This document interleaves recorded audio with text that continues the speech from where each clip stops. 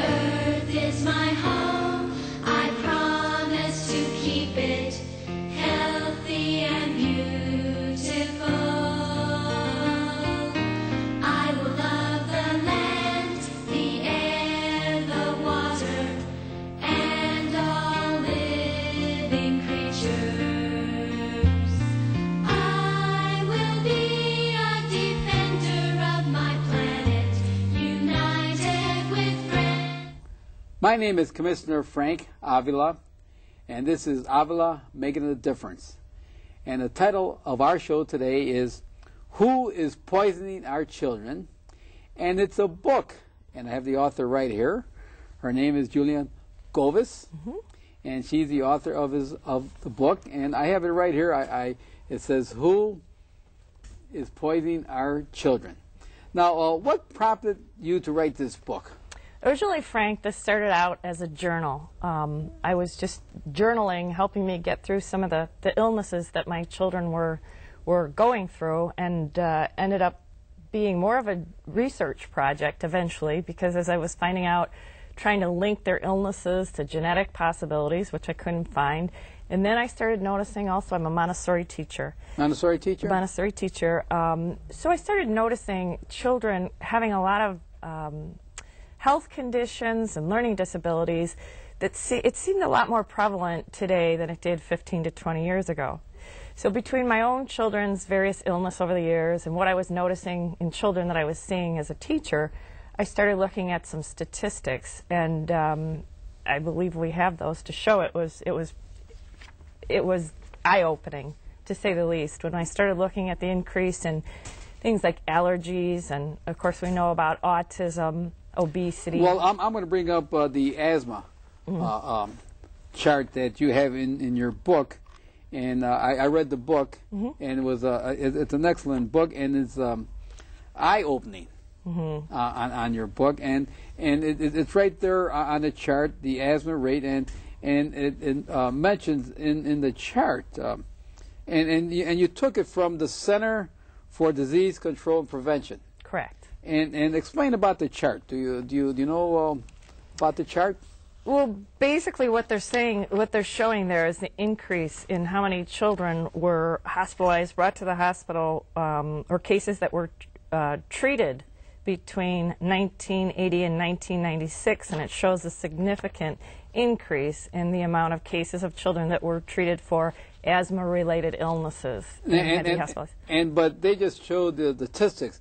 Did they say the causes or why it's occurring? No, no one seems to know. No one seems to know? No. I mean, and this is one of the illnesses that I really believe, a lot of times we can point to certain illnesses and you start noticing that they become more prevalent, and a lot of times people will then point out that maybe it's because medical diagnosis has gotten better. Asthma is one of the situations where I don't see that we can say it's just medical diagnosis is getting better. Children having asthma attacks is, you know, you see that they are or they're not. So it's pretty clear cut that asthma has definitely increased, and it's not just better diagnosis. And it's not genetic. It might be the food we eat, the environment we live in. And well, now that you mentioned the genetic part, a lot of illnesses I do believe have a genetic component. In other words, people are going to be susceptible to certain things in the environment, perhaps because of a genetic predisposition. Just like, why do some people get cancer and some people don't? Genetically, we have different makeup, and so that we're exposed to environmental toxins. I believe it can be triggered. An interesting statement was pointed out to me by Dr. William Walsh at the Pfeiffer Clinic when I said the exact same thing, that I believe there's a genetic condition or a precondition. And he said absolutely, that most illnesses like diabetes and everything have a genetic predisposition. Some people are going to get diabetes, some aren't. But what he pointed out to me is that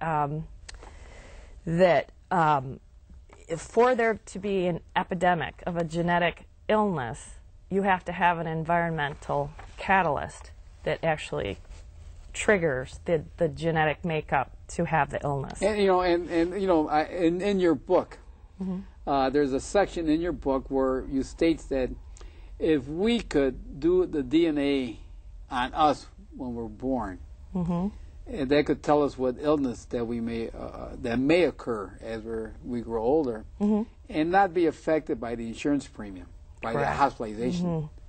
Big and that's a big thing in our country, that the insurance company will use that and give us higher premium, or maybe don't even give us insurance.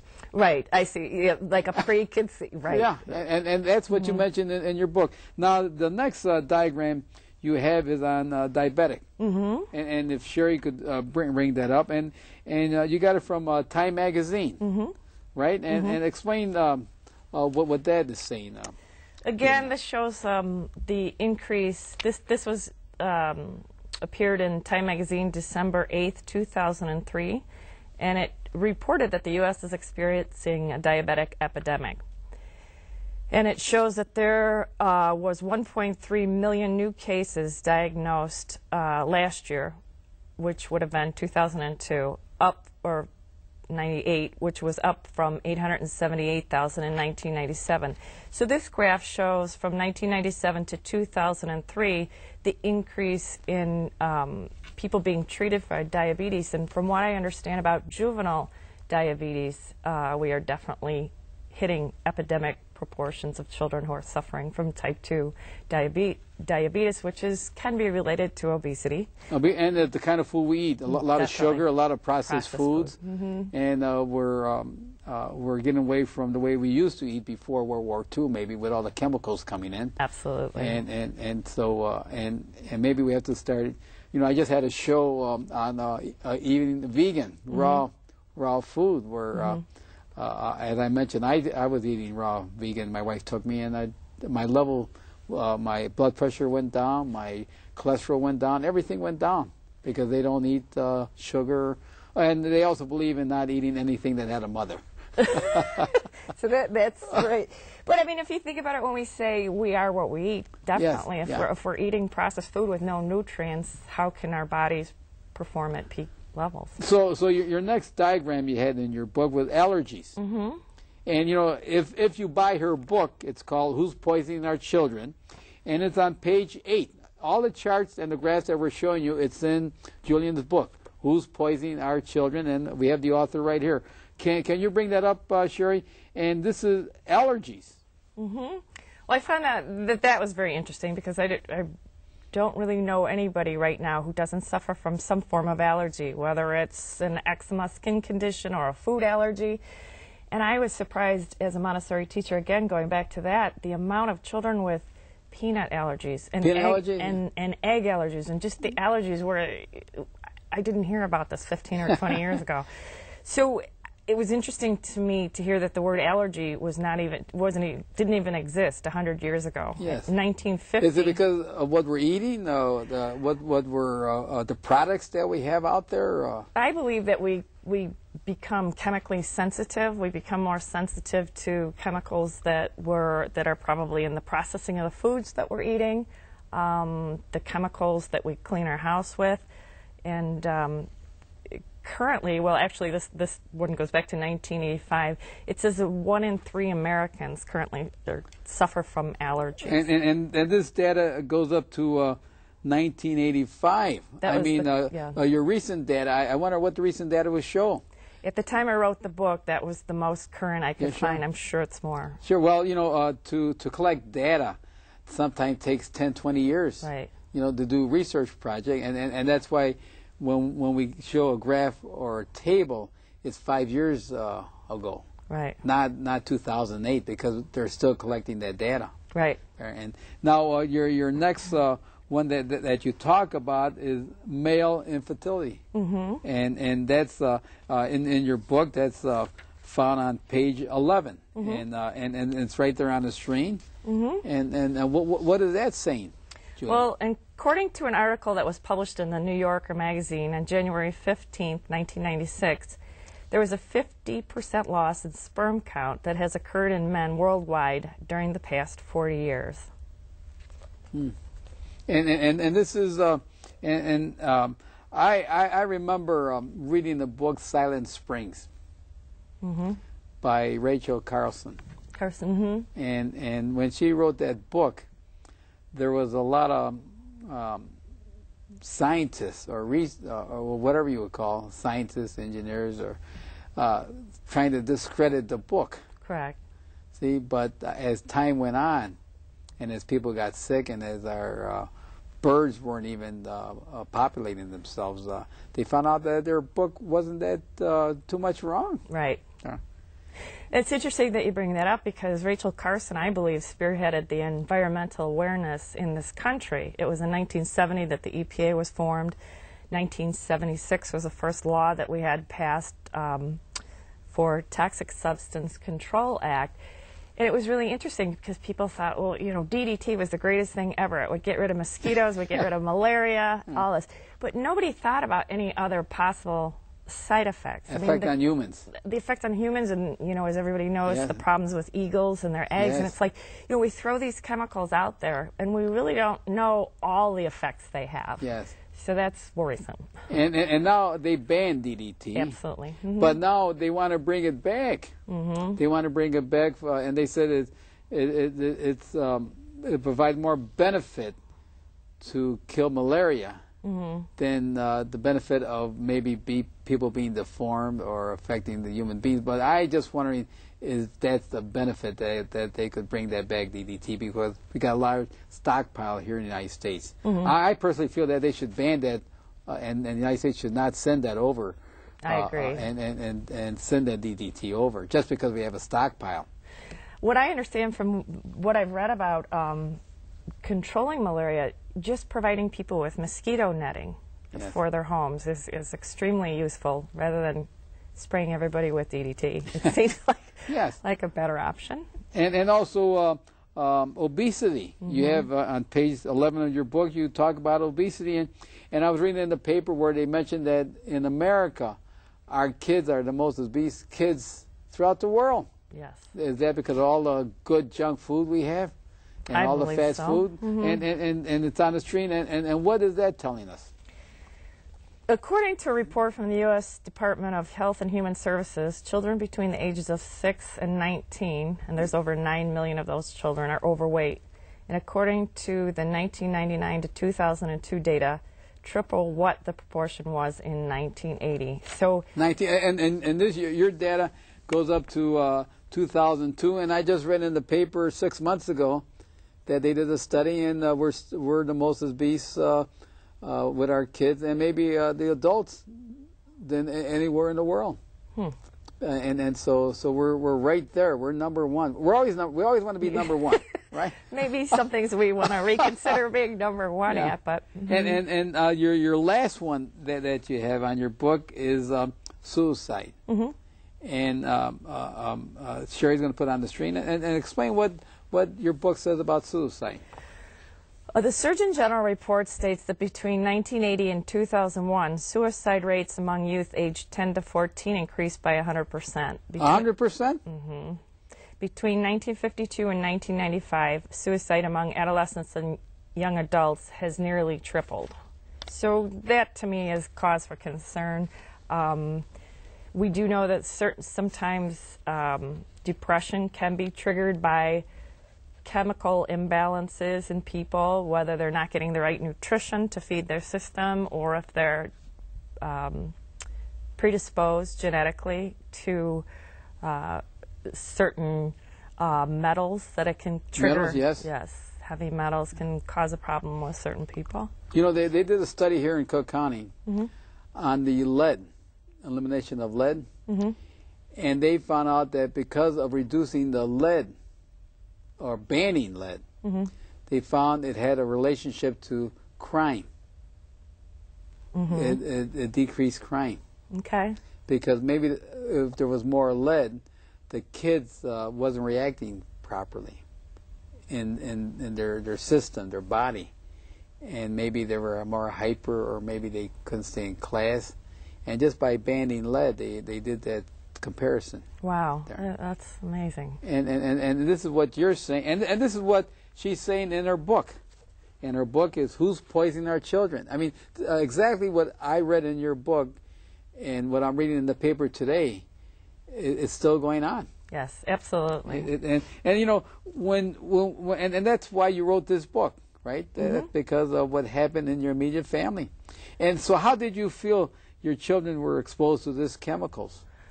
First of all, I think it's important for people to understand we're all exposed to chemicals on a daily basis. In the United States, we're exposed on a regular basis to about 70,000 chemicals. That's what Mahmoud mentioned on the... It's amazing. Yeah. I was flabbergasted. And out of those, about 20,000 are known cancer-causing agents. 20,000? And these are on the market in the United States. And who approves these? Is this the FDA? This falls under the EPA, which... US EPA? Yeah. Well, which stands for United States Environment Protection Agency, right? Correct. To protect the United States, the people living in the United States. Correct. Okay. Go on. So I believe we're exposed all the time anyway, but I believe that we had a rare situation in that I was one of those people in the 70s and 80s who thought we should get back to the land, and Sure. I was a young mother and wanted to go raise my children on a farm where they could have plenty of homegrown vegetables and fresh air and all the wonderful things you think of Yes. as being part of rural living. At the time, however, we lived in a home that was built into the side of a hill. We had 2 ponds in the front yard, a creek, and we also drank out of well water. We were surrounded, even though I tried to grow everything as organically as I could, we were actually surrounded by conventional farms. So in looking at the lay of the land, and in retrospect, which hindsight is always 20/20, when you look at it and the chemical use, I believe our property was a chemical cesspool for ag runoff that was going down trying to find the water table. So because in 1970, because after World War II, they had a lot of chemicals, and the chemicals were used for warfare, you know, killing the other side. So when they came back, they had to find some other use for them. Right. So the byproducts probably was the pesticide spray. You know, when you're spraying, it doesn't stay in that location. Absolutely not. That probably moves over to your land. It goes in the ground. It goes down into the water supply, the aquifer. Right. And it travels. It does travel. What I did then was I actually tried to figure out exactly what chemicals my children were exposed to, specifically being on the farm. So I talked to the farmers that were had farmed when I was pregnant and when they were young. A lot of the chemicals are currently banned, but one of the ones that I believe they were most extensively exposed to is a chemical called atrazine. Atrazine, and everyone should know about atrazine. They should know about atrazine. And it's in her book. Who's Poisoning Our Children? It's in your book. I was absolutely flabbergasted to find out now it's the second most widely used chemical in the United States. Yes. It had been number 1. It's used very extensively in the Midwest for corn and basically as an herbicide for the weeds that would affect corn.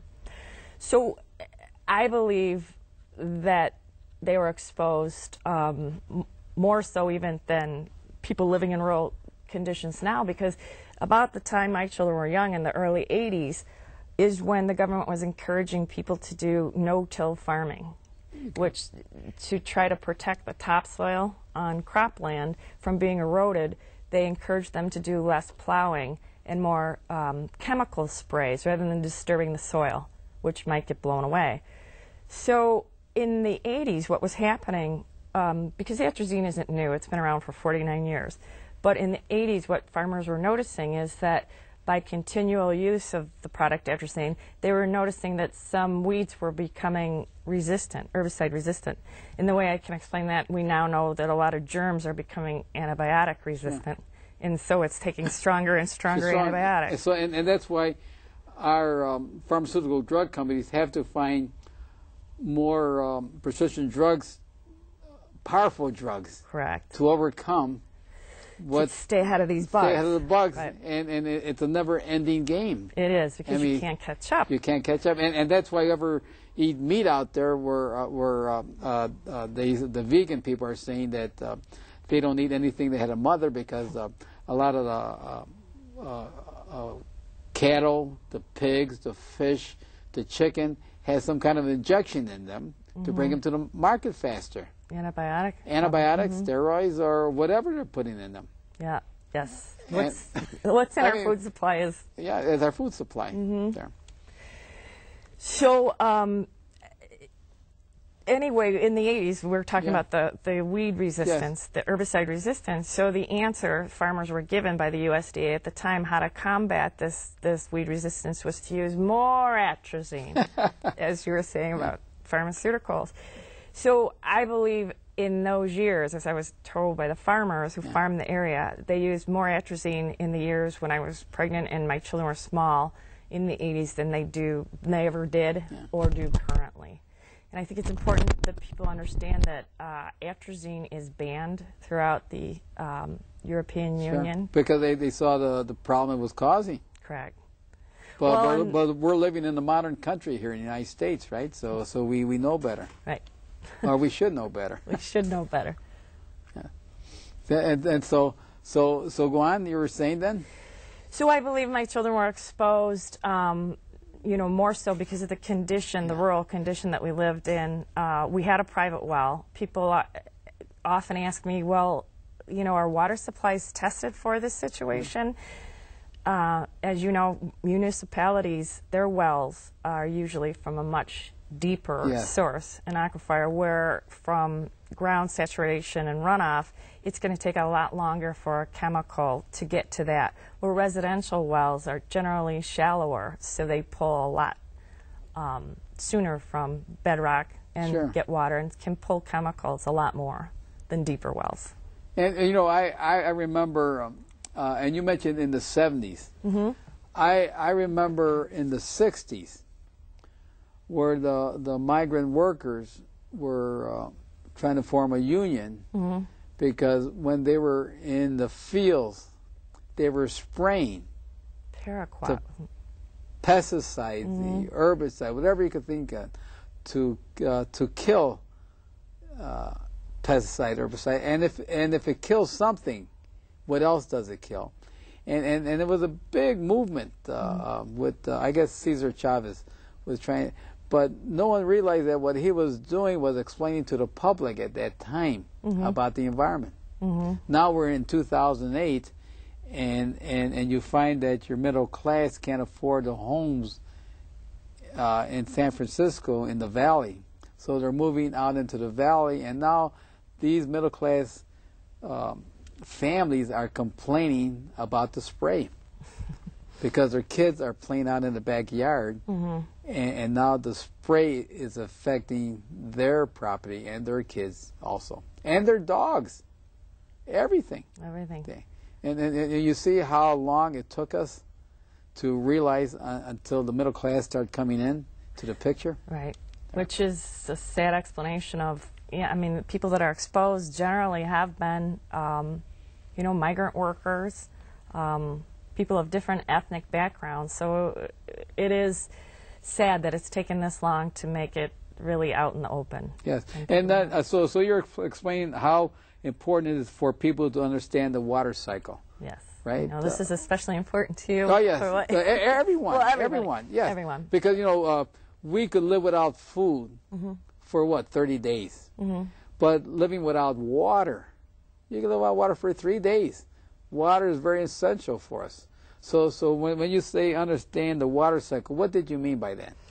Well, I think it's important that people understand that it's a continuous cycle. That when we're talking about the water cycle, we're talking about everything that's above, on, and below the earth.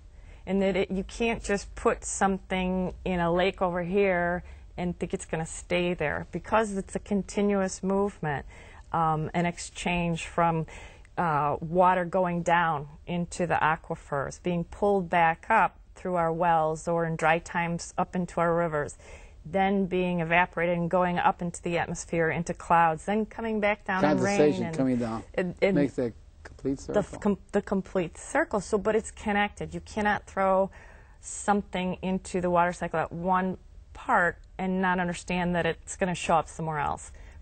For example, atrazine has been found in snow, in the Swiss Alps. It's been found in rain all over, in areas where it's not even used. So I think it's important that we realize the water cycle it's a constant movement, and it also carries pesticides and chemicals in a way that maybe we're not always so aware of.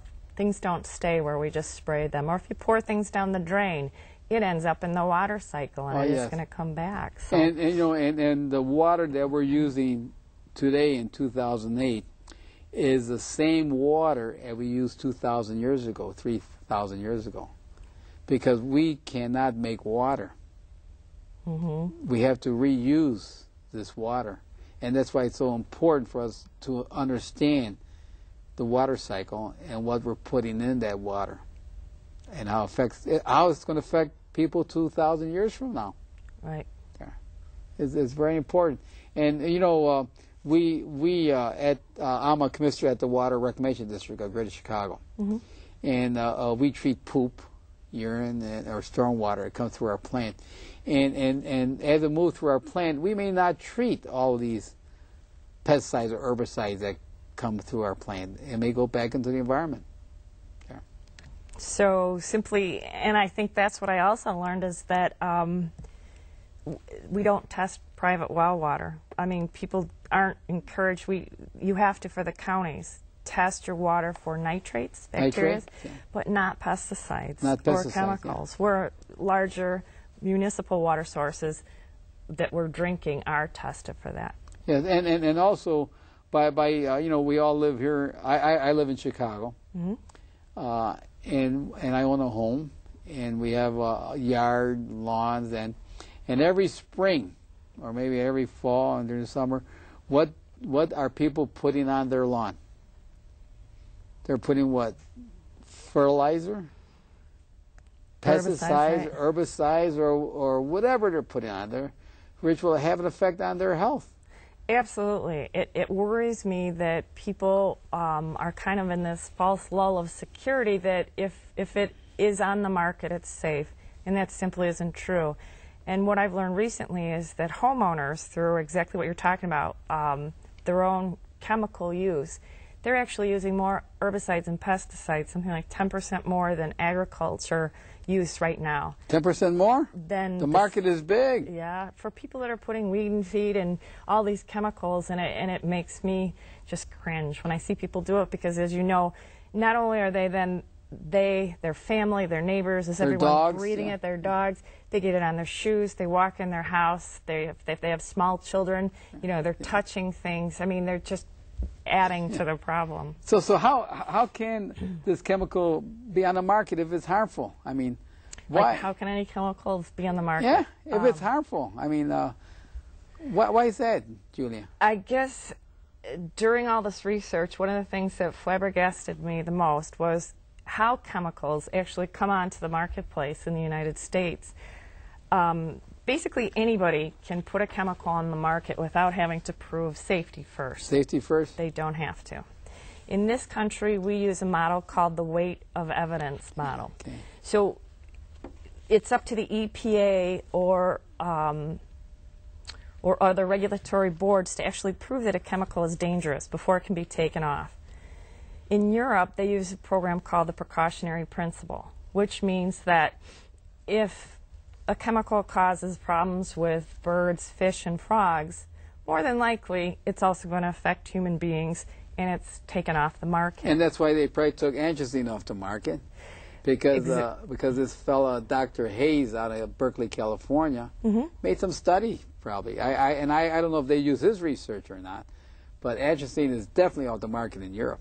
Yes, it is. And it's not even, I don't believe it ever was, but it definitely isn't even used in Switzerland, which is the headquarter country for the company that makes it, which is Syngenta, right? Yeah, which I find really unsettling. Yeah.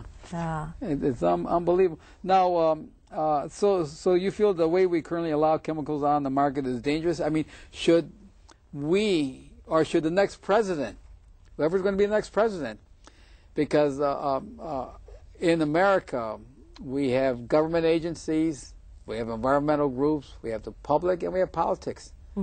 So the next president is going to have to play an important role. If it's Obama on the Democratic side or McCain on the Republican side, whoever it is, they're going to have to play a role in changing the way we allow chemicals on the market. What's your feeling on that, Julian? Absolutely. One of the things that I learned in doing, trying to fight this chemical, I thought, yes, I can just go get it banned. Look what I found out from all these studies and Professor Hayes' studies, Yeah. and it doesn't work. Until our regulatory systems are changed, until the way we allow chemicals on the market change, it just isn't that simple. So I really believe that one of the most important things you can do is be educated about the position for the next, for the candidates, and what their feeling is and how are they going to deal with chemical usage. My daughter's actually a graduate student at Yale, and she's actually studying the European chemical program and how this is going to affect American business. They're changing to a program that's called REACH, which is basically what I talked about. It's called the precautionary principle, but they're going to enforce anybody that does business with Europe. The chemicals that they have are going to have to be able to be on that list. On that list. So REACH is called REACH? REACH. So what you're saying now, what you're saying that the chemical companies here in America, when they make a chemical, they're going to make two chemicals, probably. And this is what I'm assuming now, two chemicals. One chemical that they could sell to Europe because they're banning all the ingredients that are going to be harmful for the environment to sell to Europe. But here in America, they're going to make another chemical that may have ingredients that is harmful for us, and they're going to sell it here in America. I mean, does that make sense? I mean, I don't know if that's the case, but that's probably is the way it's going to be. If they ban atrazine in Europe, Right. and we have it here, Right. So they have two types of chemicals. So, yeah, it's kind of ridiculous, but it's very interesting because her research is, her major research is about how is this going to affect American business, because it's definitely we are going to have to wake up and realize, you know, it's a global market. Yeah. And unless we do what you're suggesting, where we keep all the really bad stuff here and ship the better stuff out, we're going to have to make some huge changes in our regulatory situation. You know, reading the paper, we have a trade agreement with different countries, right? And the news has been saying that the Chinese products for kids have lead in it.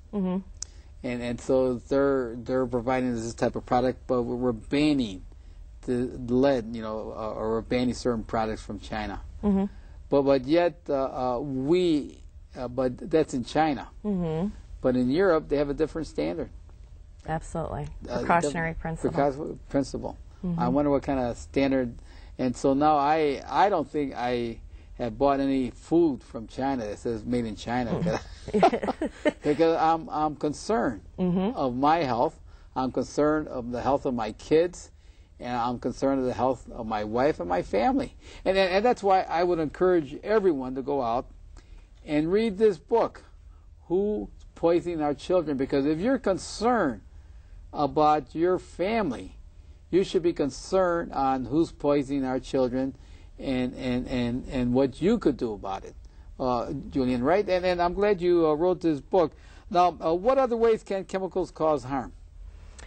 Well, going back to the situation with the DET, and you mentioned Rachel Carson, I mean, she sounded the alarm about, you know, this is what she was seeing, and at the time people thought she was crazy, and no one thought, you know, they discredit thought, her, and, you know, everybody thought all these chemicals were like, you know, a godsend and we're going to make our lives so much better. But she started saying, hey, who would think that this chemical would affect eagle eggs? We don't think of all the other repercussions that happen with chemicals. So how I feel that these can harm, we don't know, Commissioner. That's what concerns me. We don't know how all of these chemicals can be potentially harmful. What I actually did in my research, and when my children started becoming ill, I have 4 children, and over the years they had some pretty bizarre illnesses that MDs were telling me, you know, this is an enigma. You know, they just couldn't figure it out. They had some strange lab results, some strange symptoms of all various types. Different children, not all at once. This was over years. It wasn't until my son Casey became sick and I heard that word enigma again that I started trying to find out to think, is there a connection between their illness?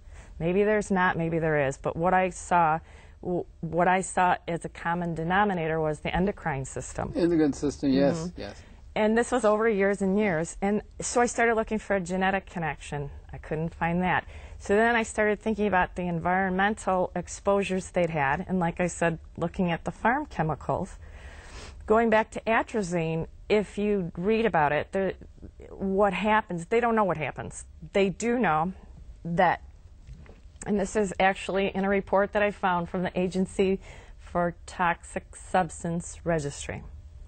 It goes on to say that... Is this a government agency, It right? is part of the Department of Public Health. Okay. This statement was put out in 2001 that we really don't know enough about atrazine to be able to say what it could do. And it goes on to tell us that we use, because of course it's not ethical to test human beings, so we use lab animals. Yes. And from what I understand, what I've read is that mice and rats share about 90% of the same gene expression as human beings. So they're good test models. Yeah. So in this report, it went on to say that they do know that rats exposed to atrazine when they were younger had problems with ovulation and reproduction as they grow.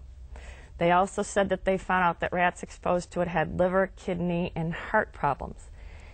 In this same report, in the next paragraph after it explained that we use rats because they're so common to us, and then they told us what happens to rats when they're exposed to us, they went on to say, but they don't expect this to be a problem with human beings because the organisms aren't the same. So that makes no sense to me. It was almost like doublespeak. Why are we testing it on them? And so you find out that there's a problem, and then you quickly say, but we don't expect it to be the same. And this is where Dr. Hayes did his study. Mm-hmm. And he's on the web. You could look up his report and the studies that he's been doing. Mm-hmm. Because he did some on frogs. Right. There, and he saw how it deformed the frogs. There. Right. And he was actually, when I found out about his studies, when I found out my children were exposed to atrazine, I did more and more research, and I found out that there was this professor out in California who I know you know. At Berkeley University. Berkeley University, Tyrone Hayes, who actually had been hired yes. by the company that produces atrazine. And he was hired to test it for their safety studies for its re-registration in atrazine. And during his testing, he found out that it was causing some pretty big problems with frogs. Yes. And he tried to go forward with this information, was told that by his colleagues. And also the company said that he couldn't publish it, that they owned it. From there, Syngenta's response was they brought in a bunch of their own scientists to do more tests to basically what it looks like is dilute the science. Yes. There's just so many studies that nobody can really make sense of it. So this is when I really discovered how chemicals right now, the way that our regulatory system works, it's very much leaning toward the vested interest of big business rather than necessarily the health point. Yeah, you know, as I mentioned, I'm going to read a little portion from your book, and the book is Who's Poisoning Our Children by Julia Govis. And on page 95, what the author is saying, it says there, and this is from Dr. Hayes. He says, they discovered that the awful things were apparent in the frogs in the wild. These frogs were exposed to atrazine from farm chemical running off the fields into the frogs' natural habitat of springs, ponds, and lake. He went back and reported his findings. Needless to say, no one was cheering. No one was cheering. He sat through meetings at Berkeley with representatives from Elko Risk and Syngenta, who said he must be wrong. He claimed the company purposely slowed his research funding, and surprising, the company disputed his claim that they offered him large sum of money to continue his research in a private setting. He claimed the EPA told him that he could consider his career over. Over. Mm-hmm. His career over. He refused to be strong-armed, however, into reporting anything different than the true result of the science he was asked to perform. Well, that may that made people even unhappier. He was slammed from any direction. He was accused of having an agenda, but he didn't flinch. The truth is the truth, despite of how others would like to bend it. And we should recommend and give an award for Dr. Hayes for not closing up his research and showing it to the public. Absolutely. And not flinching and not being scared. And also, we're all concerned about our career. Right. You know, we're all, but there's sometimes, and I'm glad we have people like Dr. Hayes. Right. That has moral. Whoever brought his mother, he must have had a good mother. To bring him up to have this type of standard. Mm-hmm. So I think you're very fortunate that you met Dr. Hayes there. Now, you know, what do you mean by synergenic effect? The synergenic effect, synergy just means how chemicals react together. Yes. So one of the things, the best way I can explain it is when people clean their house, they're always told, don't mix bleach and ammonia. Yes, yeah. You can end up with a very deadly toxic gas. Compound of emerging concern. I like that. I'll have to remember that. But so on their own, they're not as toxic. When you mix them together, you get a whole new chemical compound, which is very toxic. Yeah. What we learned about with atrazine is that when it's mixed with two other chemicals that are commonly used at the same time in corn and soybean crops in the Midwest, they produce a very toxic mix. And as you mentioned before, even with wastewater, all the things that we're flushing down, all the things that are going down into the system, our lawn fertilizers to our chemicals we're using in the house. Pharmaceutical drugs, personal care products. There's little or no studies done or information about the chemicals alone, let alone what happens when you mix these together. Yeah, and you know, we're studying now at the district. We have a large research department there, and we call it compound emerging concern. Other people use other words, but I like that word because. And what Julia is saying is that if she were to get sick and I were to get sick, we go to the doctor. We take two different prescriptions. We intake it, and we eliminate it through our waste, and they meet in the storm sewer, sanitary sewer. They meet, and they'll form a new compound that is probably maybe harmful to the environment, harmful to the health. This is what we're studying now, because we get a lot of chemicals, a lot of products coming into our system. Right, and a lot of mixtures that we have no idea. A lot of mixture we don't have any idea. Right. And that's why it's best to stay healthy and limit the amount of pharmaceutical drugs we take, or also our personal care products, what we put on our skin. Right. You know, like in the paper about 3 months ago about pesticide or personal care products or pharmaceutical drugs into our water supply, and they found out they had DET, which is a byproduct of atrazine, isn't it, or DDT, and they use it for mosquito repellent, and we're putting it on our skin, and it goes. You know, people think that our body, what we put in our body, is predominantly in our mouth, what we eat, but it's not the case. Also, what we put on our pores, right? Right, and our pores, it's what we breathe through our nose. It's what we eat, the water that we drink, everything in it. And yeah, definitely our skin's a very large organ, and we can dermally absorb quite a lot of poison. And so that's compound of emerging concern. And maybe when you were living out in the country, you had all of these chemicals, because I think Illinois, I know Illinois is the God's country. We have rains, we got good black dirt, and we grow a lot of soybean and corn. Right. This is God's country. We're very fortunate. We have corn and soybean out there. Now, what would need to be done to better protect the public? What do we have to do? You mentioned some of it, but how can we, the public, personally do more to protect us? Right. To protect us. I would suggest that if people live where they have a private well, they should definitely test it for pesticides and chemical residue, not just bacteria. There's a wonderful organization called the Environmental Working Group, which I believe their contact information will be up on the screen at the end. At the end? Or whenever. Well, Sherry, if you'd like to show that now, it's on right on the screen now. Explain it. Okay, so the Environmental Working Group is a fabulous not-for-profit organization who are behind a lot of lobbying efforts to get rid of some of the chemical uses, or at least correct some of them.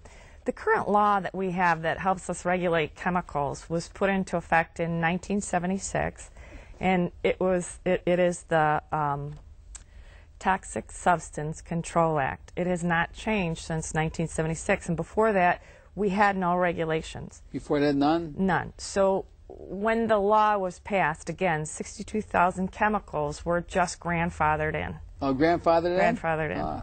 Unbelievable. All right. So they were just allowed with very little studies or no data about their safety.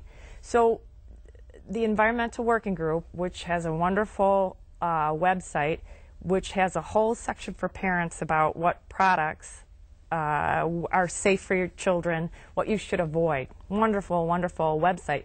They're also spearheading an effort to overhaul our Toxic Substance Chemical Act by working on a Kid Chemical Safety Act. And you know, and this is very important and difficult because if they want to change this act, do you think 100% of the public in America are probably going to be for it? But how about manufacturers?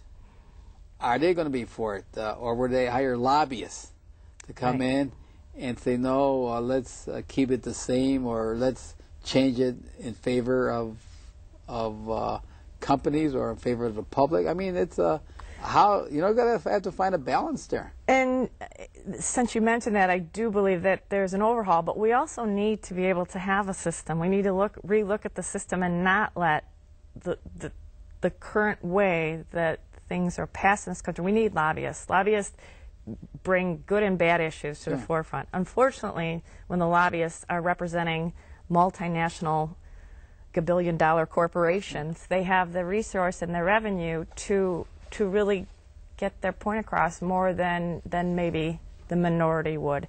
So I think we need to relook at how lobbyists are allowed to affect political decisions and regulations. And I think it's very important that we ask these questions of our presidential candidate. And you know, and also it's very important because for any law to be passed in the United States, is the president gets it at the end, and he could veto it or not, but it comes up through our legislators, our congressmen, and then our senators. U.S. senators vote on it. So it's very important that the public, when they go out and vote, they have to make sure that they're voting for a person that's going to be elected as their congressman or as their U.S. senator to be mindful of the environment and how that's going to affect the public. Absolutely. And I mean, it's very important. I mean, it sounds so simple, but it's so true because one person can't do as much as an elected official can because they have the avenue. They have the vote. They have the vote. Yeah, they vote. So I do want to get back to the point of what else can parents do to reduce risk. One of the things that I found with my children's health situation, by the way, I don't know if you're familiar with the endocrine disrupting chemicals. Going back again to the point that I felt the common denominator with my children's health was in their endocrine system. Endocrine system, yeah. I learned that the EPA actually has a program called the Endocrine Disruptor Screening Program to test chemicals for it. The World Wildlife Fund knows that there are certain chemicals out there in a group of their own, they're grouped as endocrine disruptors, which can affect a person's body. Our hormones are so precisely regulated to help us with growth, with reproduction. When you get a chemical that mimics sometimes a hormone, it can throw a whole system off. Not only that, I really feel that as we're detoxifying... Yeah, a mimic, that's very important. Right. Oh, Yeah, absolutely. sure. Another thing that I just read today was that certain chemicals endocrine disruptors, they can mimic hormones. There's actually some chemicals that can come in your body. We have tumor suppressing genes in our body to fight certain tumors. There are certain chemicals that they know suppress those genes. So they don't, for exposed to these chemicals, our bodies can't fight off these tumor growing activities, and that's pretty scary. And this is only the tip of the iceberg of what we know about chemical exposure in our body and what it does. We know very little. You know, and you know, they come out with studies, and sometimes I just don't understand. They say, well, it's 1 in a trillion, or 1 in a billion, or something like that. But studies have been shown that even though it has a large ratio percentage, it still could affect a human being. Absolutely. Yeah, you know, as I did a show with Dr. Porter, a professor from University of Wisconsin, and he had some data, and he tested. His data showed that the migrant farm workers, kids that were living in the valley that was exposed to the spray of the pesticides, and they compared it to the kids that were living up in the mountains that weren't sprayed. They had each group draw a human being, a person, and the kids that weren't affected by the pesticides drew the arms, the legs, normally, and the kids that were exposed to all this pesticides and herbicides or everything didn't draw the full body. At 6 years old, at 7 years old. So there was some learning disabilities forming learning disability. Okay. And so you mentioned in your book also about education is the key. Absolutely, I think. And I think that's also correct. Education is the key. The more information people have, the more they can make decisions that are going to affect their daily life. Maybe they won't. Dollars say a lot. We can do a lot with what we spend our money on. So if we spend more money on less toxic products, if we can buy whatever organic food that we can afford, I know it's still pricey, but the more we demand it, the more supply is going to be there and more price will drop. And I believe education has to start with everyone, the parents. We have to educate our teachers, educate the kids. But the first teacher of our kids are the parents. Right. And so we have to have a whole educational system now, maybe a new one, on the environment. Right. And right now, I don't know if our parents are being educated properly themselves to be concerned about the environment. And this is why it's so important. We're in your book, you mentioned different organizations, the website that they go to, why you did your study. Because at first you mentioned it was a journal. Right. I mean, you weren't even thinking of writing a book. Not at all. Right? You're just trying to find a solution to keep your family healthy. Right. There. And so, and as you're writing notes, I think one of your friends or your brother or someone said, why don't you write a book? Right. I was encouraged to share the information that I learned. So. And it's important, and it's important for everyone out there to share information. Absolutely. And so now that you read this book here, what's your next book? What's going to be your next book? I haven't really thought of a book. I know it takes time. It does take time. And study, research. Right. And you know, you believe household products are adding to the problem also. Absolutely. Like I mentioned before, I think you're mixing. And they think that like 10% more harmful products are going into our water cycle from homeowners than even agriculture. And homeowners don't realize. No. Because we've been using this all of our life. Right. That we think it's okay, and then we become ill, and we don't know why we're ill. We don't, and I think again, before I did all this research and found all this out, I would open my sink, and if it says U.S. EPA number of blah, blah, blah, I falsely assumed that it had gone through stringent testing before it was allowed to be on the market. I now know that's not true. And the U.S. EPA stands for United States Environment Protection Agency. Right. And they're supposed to protect us on chemicals or other uses that are affecting our health. But again, the way that our current regulatory system works, it's very hard for them to even prosecute or to pull material off the shelf because we do this weight of evidence. Weight of evidence. It would take years. So we have to change it. Absolutely. If we would have gone with weight of evidence for DDT, it would still be on the market today. It's to be on the market today? It can take 40 years to get all the data in to actually have enough weight of evidence to pull it off. How much more harm would have been done? I mean, DDT is still present in the environment, although it's been off the market for years. Because it stays in the environment. Right. It's persistent in the environment. Persistent, yeah. And that's why we have that dead zone at the end of in the Gulf of Mexico. All that atrazine and all that chemicals on the runoff going into our streams. And throughout the United States, we have streams and rivers everywhere. Right. Right? Right. Yeah, so, I mean, it's like we mentioned about the water cycle, it's a wonderful movement. I mean, it moves chemicals very efficiently, not that we want them to be moved. Look, right now, we just experienced a big rainfall here in Chicago, right? And it occurred because of what was happening down in the Gulf of Mexico. Right. Right? The hurricane came in Texas, and it moved all the ways up here. So it was coming, and what was ever in that rain dumped right here. Right. Right here. In February of this year, there was a federal study that was just published that actually showed 70 chemicals that were present in 20 national parks here in the United States. Chemicals that aren't even used anywhere near the national parks in Alaska and Wyoming, and places where you would think would just be pristine and completely free of chemicals. And they found 70 chemicals present in the soil, air, and water. And it moved. Yes. Chemicals don't stay where we put them. And so, Julia, we're coming to an end, but she wrote the book, Who's Poisoning Our Children? And I met Julian on Farm to School. That we'll probably have to do another show on. Okay. and that's a big topic also. Right. How do we move farm to school? Right. And that's what you're involved now. Right. And it's a program that's currently working on here in Illinois.